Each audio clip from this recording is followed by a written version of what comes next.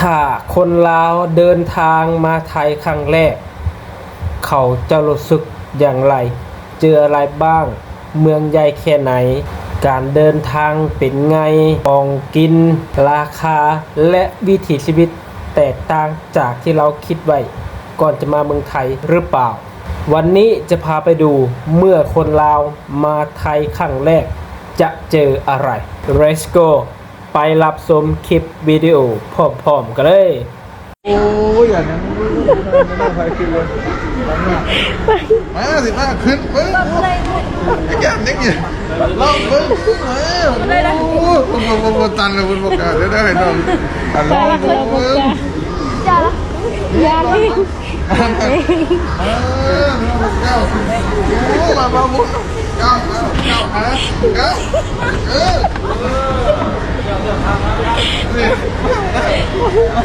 โง่เลยนะ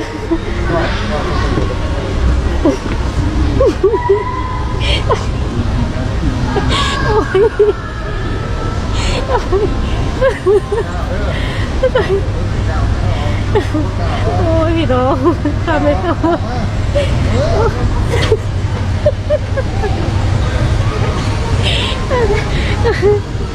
ว่าบุญจะได้แหลกก็นะอันนี้บอกว่าบุญจะแหลกว่าบุญกับยังใดเนาะขนาดว่าบุญเทแหลกว่าบุญกับยังเฮ็ดได้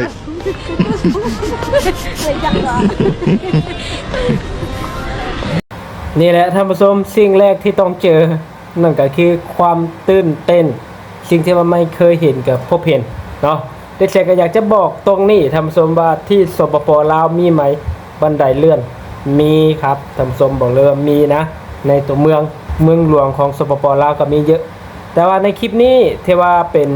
คนลาวท่านผู้ชมที่ว่าไม่เคยเข้าตัวเมืองหลวงของลาวเลยก็เลย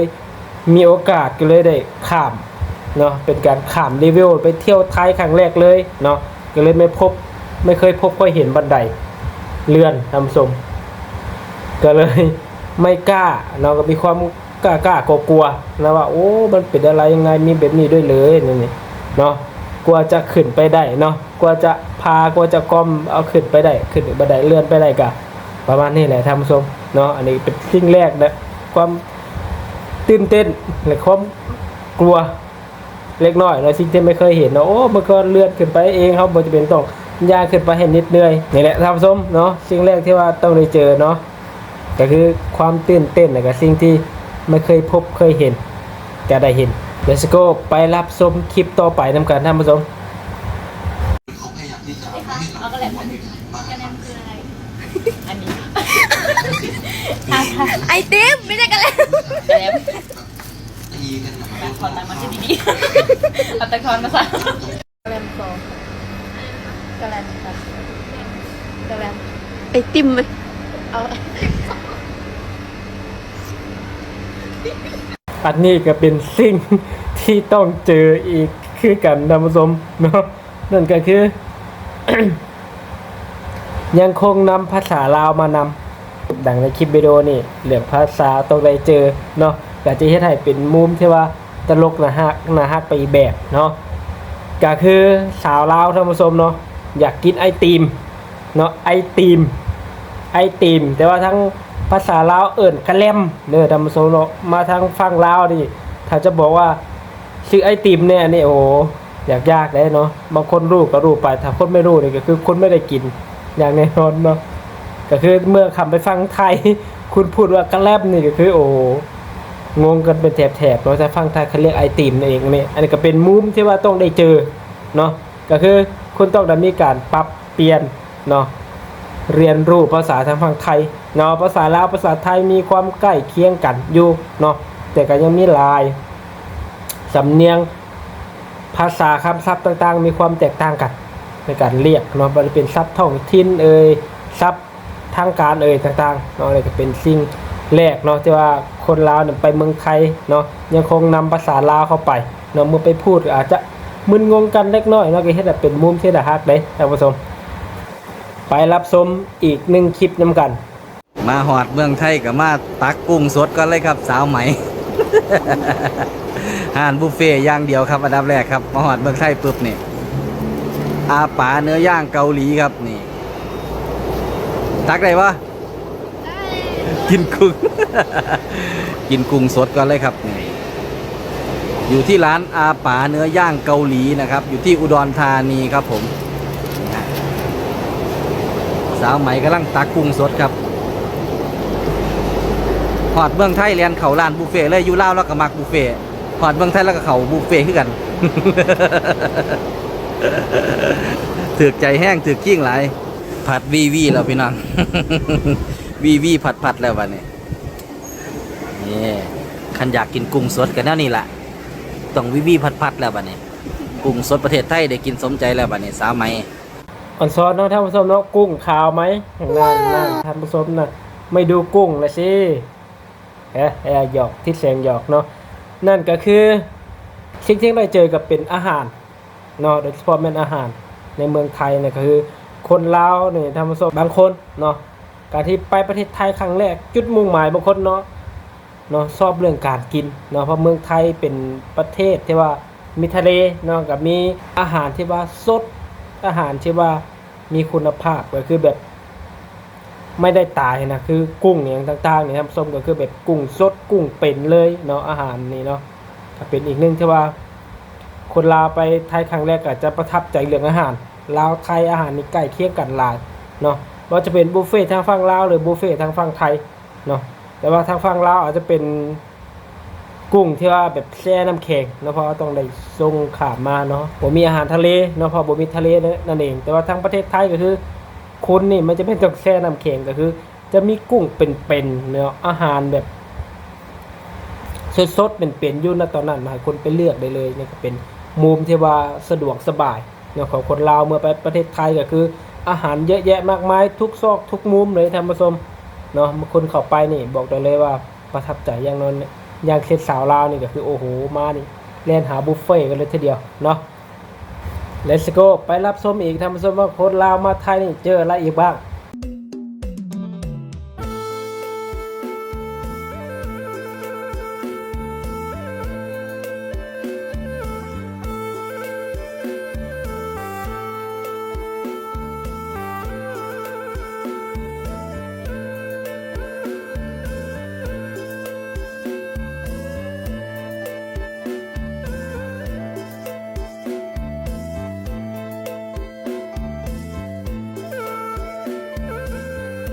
ก็คือเป็นคนลาวท่านผู้ชมว่าจะเป็นหนุ่มลาว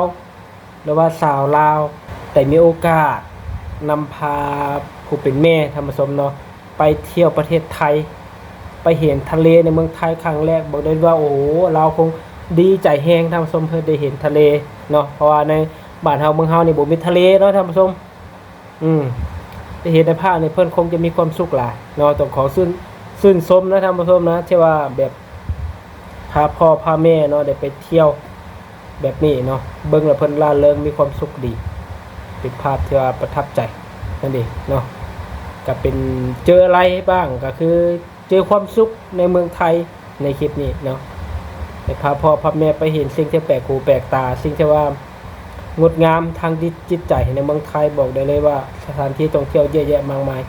สวยงามภาพนี้บอกได้เลยว่าหลายหมื่นหลายพันความรู้สึกหลายหมื่นหลายพันความหมายในภาพนี้ก็คือประทับใจมากๆเนาะครับชมเนาะไปรับชมคลิปสุดท้ายสุดหนุ่มลาวพาบุกไอคอนสยาม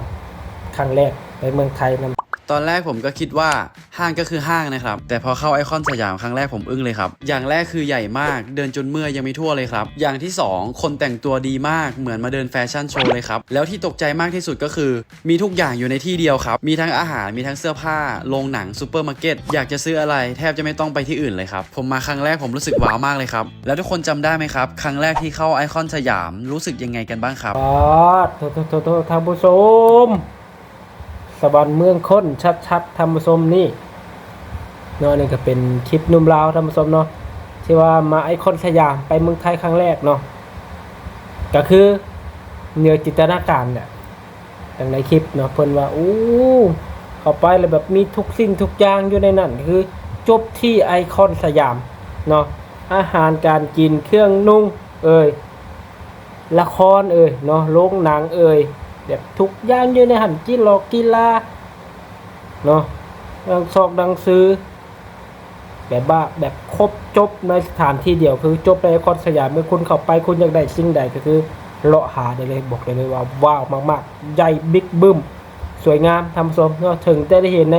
เว็บเล็กๆหน่อยๆที่ว่านุ่มเรานี่พาบุกไอคอนสยามเนาะแต่ก็ได้เห็นถึง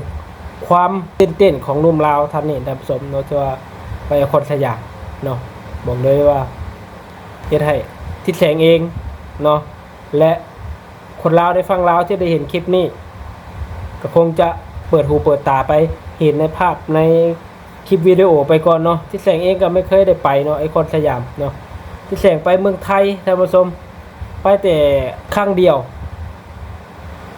นั่นก็คือไปแค่เชียงรายนั่นเองเนาะทิศแสงไปแค่เชียงรายแค่นั้นเองเนาะยังไม่ได้เข้าไปประเทศไทยยังไม่ได้เข้าไปกรุงเทพมันยังไม่ได้เข้าไปไอคอนสยามเนาะเพราะฉะนั้นทิศแสงเองก็ต้องฝึกเนาะเกี่ยวกับคนลาวไปไทยครั้งแรกควรปรับตัวอย่างไรยังไงฉะนั้นแล้วทิศแสงขอสรุปสั้นๆนะตอนนี้ทำสมเมื่อคนลาวมาเมืองไทยครั้งแรกนี่เจออะไรบ้างเนาะ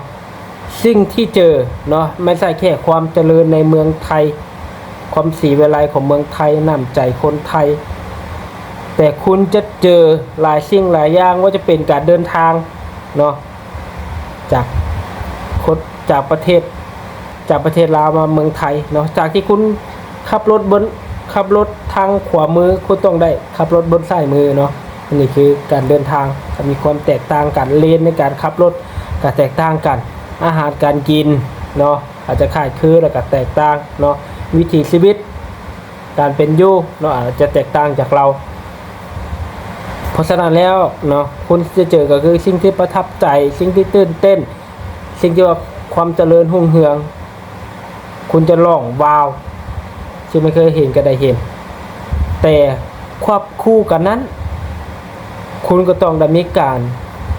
ปรับเปลี่ยนทัศนคติปรับเปลี่ยนตัวเองให้เข้ากับสังคมของเมืองไทยประเทศไทยและท่านผู้ชมทุกคนที่เข้ามารับชมคลิปวิดีโอมีมุมมองความคิดเห็นอย่างไรบ้างรวมถึงคนไทยที่เข้ามาได้รับชมในคลิปนี้เนาะคุณมีคำแนะนำอะไรบ้างกับคนลาวที่ไปประเทศไทยครั้งแรกเนาะคนก็เกี่ยวอะไรเนาะเมื่อคนไปไทยครั้งแรกคนทำอย่างไรยังไงอะไรบ้างเนาะคุณจะเจออะไรบ้างเนาะสิ่งที่คุณจะทำอะไรกับแนะนำคนลาวได้ในกล่องในใต้คอมเมนต์ได้เลยและคลิปวิดีโอนี้ที่แชร์ขอจบคลิปลงเพียงเท่านี้พบกันในคลิปหน้าสำหรับคลิปนี้ขอกล่าวคำว่าสบายดีสวัสดีครับ